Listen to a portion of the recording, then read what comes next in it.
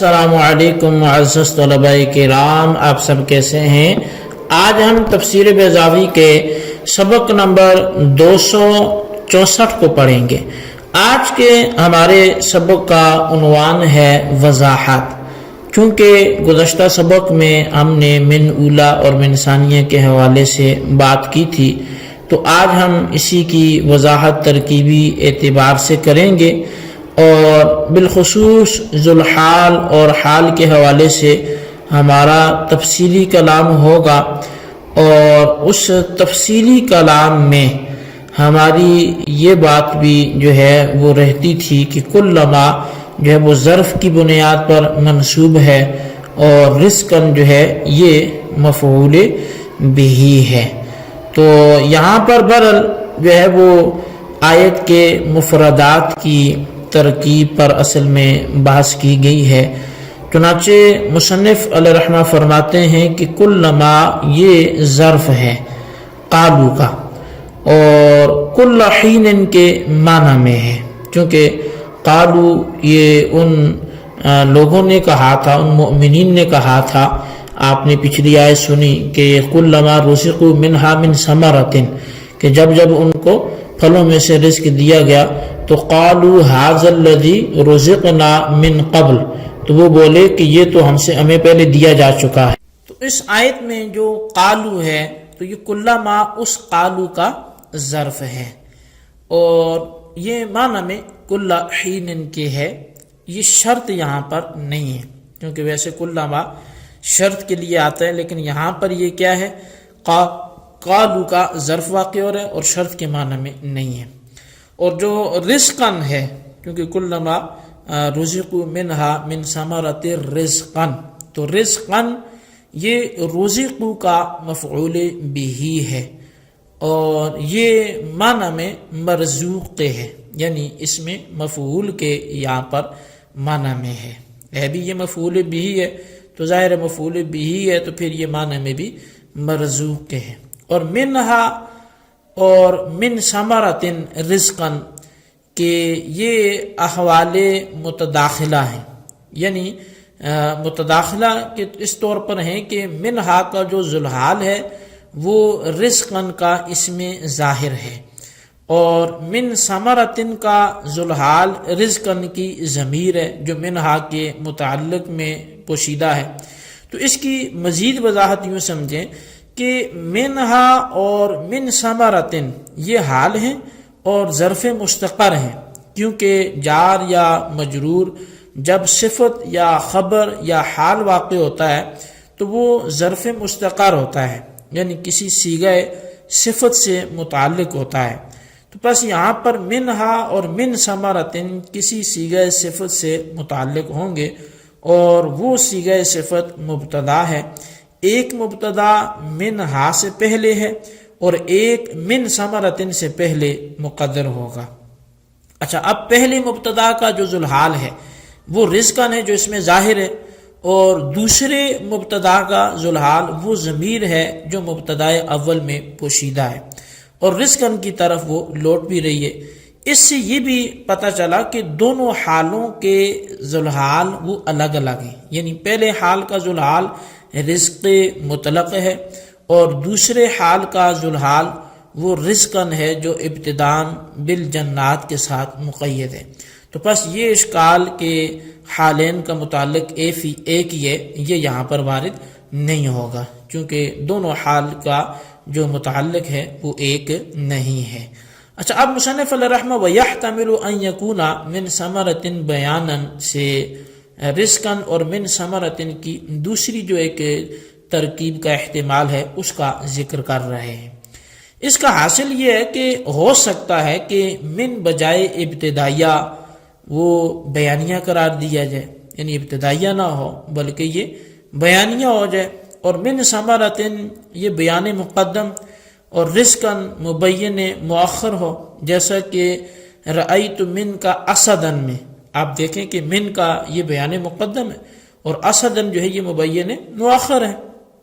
اچھا، اب یہاں پر وَهَذَا إِشَارَةٌ إِلَى نَوْعٍ سے ہاذا کے مشار الیہ کی تفصیل کو ذکر کر رہے ہیں، اور در حقیقت یہاں پر ایک اعتراض بھی آپ بنا کر اس کا جواب بھی اس کو بنا سکتے ہیں. اعتراض اس صورت میں ہوگا کہ آیت سے دنیا اور آخرت کی نعمتوں کا ایک ہونا اس آیت سے لازم آتا ہے. اور سوال یہ ہے کہ آیت سے دنیا اور آخرت کی نعمتوں کا ایک ہونا لازم آتا ہے. اچھا، اب یہ ایک ہونا حاضہ سے اصل میں اشارہ ہے الذی رزقوا فی الجنہ کی طرف نا، قالوا ھذا الذی رزقنا، اور الذی رزقنا من قبل سے دنیاوی رزق مراد ہے کہ ایک طرف کہتے ہیں قالوا ھذا الذی، یہ والا رزق یعنی جو ابھی ان کو جنت میں دیا جا رہا ہے، اور الذی رزقنا من قبل سے وہ رزق جو دنیا میں انہیں پہلے دیا جا چکا. چونکہ اب تو یہ جنت میں چلے گئے، وہاں پھل دیکھا، رزق دیکھا، کھایا، ابھی کھایا نہیں، دیکھا تو دیکھ کے بولے ھذا، یہ والا رزق یعنی جو جنت میں ہے.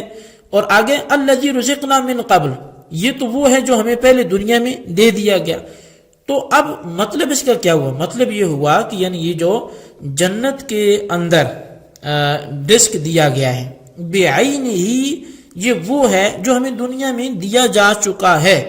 بس دونوں رزقوں کا متحد العین یعنی ایک ہی ہونا لازم آیا. حالانکہ ہم نے پڑھا ہے، ہم سنتے ہیں کہ جو دنیا کی نعمتیں ہیں اور جو آخرت کی نعمتیں ہیں، ان دونوں میں زمین و آسمان کا فرق ہے. بلکہ جو جنت کی نعمتیں ہیں ما لا عین رأت ولا اذن سمعت ولا خطر علی قلب بشر، وہ تو اس نوید کا مصداق ہے، یعنی نہ تو کسی آنکھ نے انہیں دیکھا، نہ کسی کان نے انہیں سنا، نہ کسی انسان کے دل پہ ان کا کوئی خیال گزرا، وہ تو اس طرح کی نعمتیں ہیں. اب قاضی صاحب نے اس کے دو جواب دیے ہیں، کیونکہ معترض کا کہنا یہ ہے کہ یہ دو چیزوں کا، دو نعمتوں کا دنیا آخرت کے کا ایک ہونا لازم آتا ہے، حالانکہ یہ الگ الگ ہیں. ہم نے پڑھا ہے کہ جنت کی نعمتیں ان کا تو کوئی خیال بھی نہیں لا سکتا. تو اس کا پہلا جواب یہ ہے کہ ھذا کا جو مشار الیہ ہے یہ شخص نہیں ہے بلکہ جنس ہے.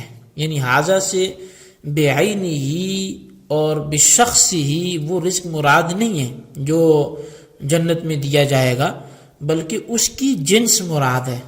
مطلب یہ ہوگا کہ جو جنت میں دیا جائے گا اور جو دنیا میں ملا، یہ دونوں کی جنس ایک ہے، لیکن کیفیات، خواص اور لذتوں میں بہت بڑا فرق ہوگا. یعنی جنت میں مثال کے طور پہ سامنے سیب کا درخت لگا ہے یا سیب اس کو نظر آیا، تو اس نے بولا کہ یہ تو ہمیں دنیا میں بھی دیا گیا ہے.